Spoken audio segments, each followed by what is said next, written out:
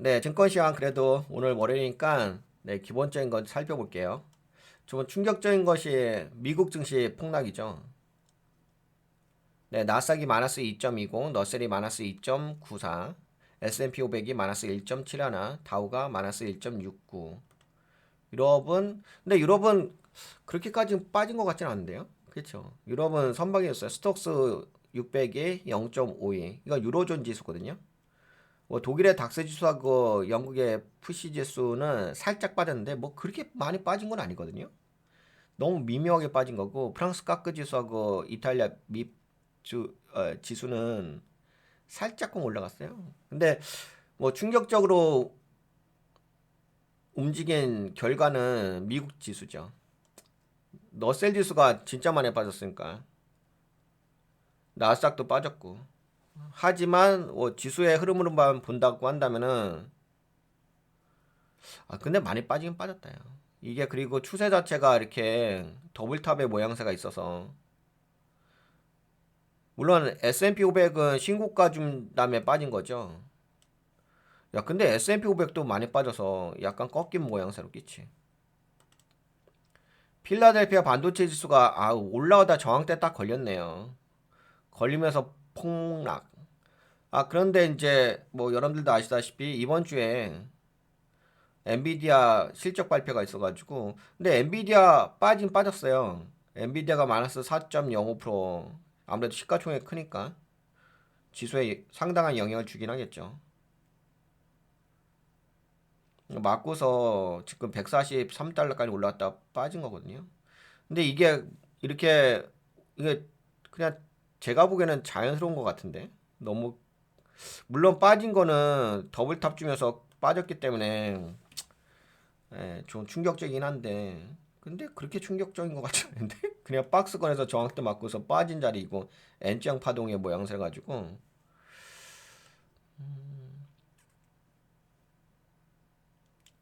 그리고 유럽 증시도 빠질 가능성이 있긴 하겠다. 유럽 증시도 뭐 유럽 증시가 그렇게까지 현재로서는 빠질 가능성이 있겠다. 야. 물론 이제 보게 되면은 덜 빠지긴 했는데요. 여기서 살짝 지지를 자리이기 때문에 약하긴 하다. 야. 그래도 뭐 지금은 약간 아무래도 오늘은 나스닥이 폭락했으니까 너셀 지수도 약세 모양새로 움직이고 있으니까 근데 제가 그 방송 제목에도 말씀드렸는데 이거 봐보세요. 이게 그 야간 선물 지수거든요. 한국 코스피 금요일 날 이게 저가로 마이너스 1.53% 빠졌고요. 종가로는 마이너스 1.51%. 뭐 별반 차이가 없는데 그래도 하락 확인한 캔들 나왔어요. 이전 캔들 자체가 그래도 샛비랑 캔들 나왔는데 샛비랑 캔들 나왔으면은 보통은 그 다음 캔들이 상승 확인형 캔들 나와주거든요. 근데 그렇게 안 되고 이게 지금 하락 확인형 캔들 나왔잖아. 그러니까 역경적 흐름이 나온 거죠.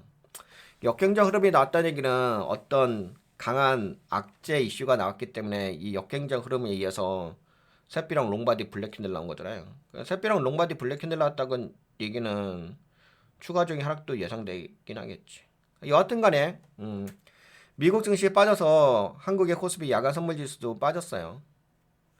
그리고 지금 외국인들의 손익분기점도 355이기 때문에 약간 매도로 포지션을 잡을 수밖에 없는 상황이긴 합니다. 그래서 오늘 시장은 아무래도 미국 지수의 여파로 인해서 하락 조정이 있을 듯 싶습니다. 그동안 한국 지수가 선방하면서 좀 올라왔었죠. 그렇지. 어서도 지지해주긴 해줬는데. 그렇지. 약간 십자형 캔들 상승 반격형, 상승 잉태형 십자형 캔들 나와주면서 상승 반격형이구나. 네, 이게 아무래도 아까 역행적 흐름이 나왔으니까 뭐 추가적인 하락이 나올 수가 있긴 하겠네. 그래서 현재로서는 그동안 코스피가 쫄래쫄래 잘 올라왔습니다. 올라왔다가 현재는 단기 저항대에 맞고서 조정을 주는 타이밍이라고 보시면 될 것 같습니다. 지금은 이제 조정이 예상된다라고 볼 수가 있겠죠. 그러면 뭐 조정이 예상된다고 한다면은 근데 이게 한국의 그 지수가 올라간 게 뭐 단순하게 뭐 엔비디아가 반등해서 SK 하이닉스가 올라왔기 때문에 그것도 있긴 하긴 있겠지. 근데 그것만 있는 건 아니고 전반적으로 한국 지수는 좀 동반 상승해 준 부분이 있어요. 산업별로. 그래서 좀 이렇게 좀 빠지게 되면 좀 같이 좀 빠질 가능성이 있습니다. 그러니까 전반적인 시장 분위기가 조정의 분위기는 있어요. 근데 이거는 어쩔 수 없어요. 제가 보기에는. 그냥 이거는 당연히 조정이 나오는 타이밍인 것 같아요. 근데 다만 이제 그런 게 있는 거죠. 지금 미국의 경제 지표가 최근에 5개 경제 지표가 우려스러운 결과 나와가지고 그걸로 해서 빠진 거니까 앞으로 뭐 경기도나 우려 그런 부분에 대한 염려가 있는 거잖아요. 예, 안녕하세요, 누치님. 그런 염려가 있기 때문에 혹시 이런 상황이 지속되지 않을까라는 걱정이 있으실 것 같긴 합니다. 하지만 예, 이번 주에 또 여러 가지 이벤트들이 있잖아요. 요거 살짝만 같이 봐볼까요? 증권시황. 이번 주에 이벤트가 어떤 게 있냐면 또 가장 큰 이벤트는 수요일 날 엔비디아 실적 발표가 있죠. 엔비디아 실적 발표가 과연 어떻게 나올 것인지 이게 좀 주목이 되고 그 다음에 아마 금요일날 PC 지수 발표가 있을 거예요. 금요일날 PC 지수 발표. 그러니까 수요일날 금요일날 만약에 뭐 수요일날 시장에서 긍정적인 반응을 준다 엔비디아 돼서 그럼 다시 한번 그러면 그런 건 있긴 하겠다 야. 뭐가 있냐면은 그래도 수요일날 이니까는 한국은 목요일이겠죠. 그러면 당분간의 조정으로 갈 수밖에 없을 것 같은데. 그리고 나서 뭐 수요일이라든지 목요일날 엔비디아 실적에 의해서 반등 정도 나올 수 있을 것 같고. 그리고 또 PC 지수가 또 시장에 긍정적인 결과 나오게 된다면 반응이 나온다면 또 반등해 줄 수 있고. 그렇다고 한다면은 아무래도 이제 이번 주 초반은 약세 흐름을 당분간 좀 이어간다라고 보는 게 맞을 것 같습니다. 그러면 투자 전략을 어떻게 가져가셔야 되냐? 뭐 당연히 방어적인 관점으로 접근하셔야 되겠죠. 이 정도면 뭐 알겠죠? 어떻게 투자 전략 가져갈 것인지 어렵지는 않으실 거고. 그 다음에 이 정도면 됐지. 더 이상 뭐 똑같은 얘기 반복할 필요 없을 것 같고. 요것만 좀 볼까요? 요거 여기까지만 봅시다. 네, 이번 주 실적 발표 해볼 거. 엔비디아, 델, 홈디포 실적 발표가 있습니다.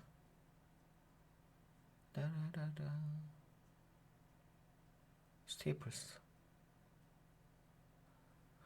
그리고 이거 똑같이 언급하고 있는데요. 네, 소비재 섹터, 커스머 스테이플스, 그 다음에 유틸리티, 헬스케어 이쪽으로 돈이 이동하고 있다. 방어적 섹터로. 그런 성장주에서. 아무래도 이제 지수가 조정받고 있으니까. 그 월요일 날에는 도미노스 피자. 소비 심리 파악을 위한 중요한 지표가 될 것 같다. 지표는 아니죠. 실적 발표인데. 되게 많이 있는데 이거 다 떠들어대면 시간만 오래 가고 핵심적인 것만. 홈디포. 홈디포는 약간 실적이 예상되지만 미국 남동부의 허리케인 피해 복구와 LA 지역의 화재로 인해 수혜를 볼 가능성이 있다고도 평가하는데 근데 이거는 약간 실적이 예상된다고 하니까 약간 좀 조심스럽게 접근할 필요 있어요. 아무래도 좀 방어적으로 보는 게 맞겠죠.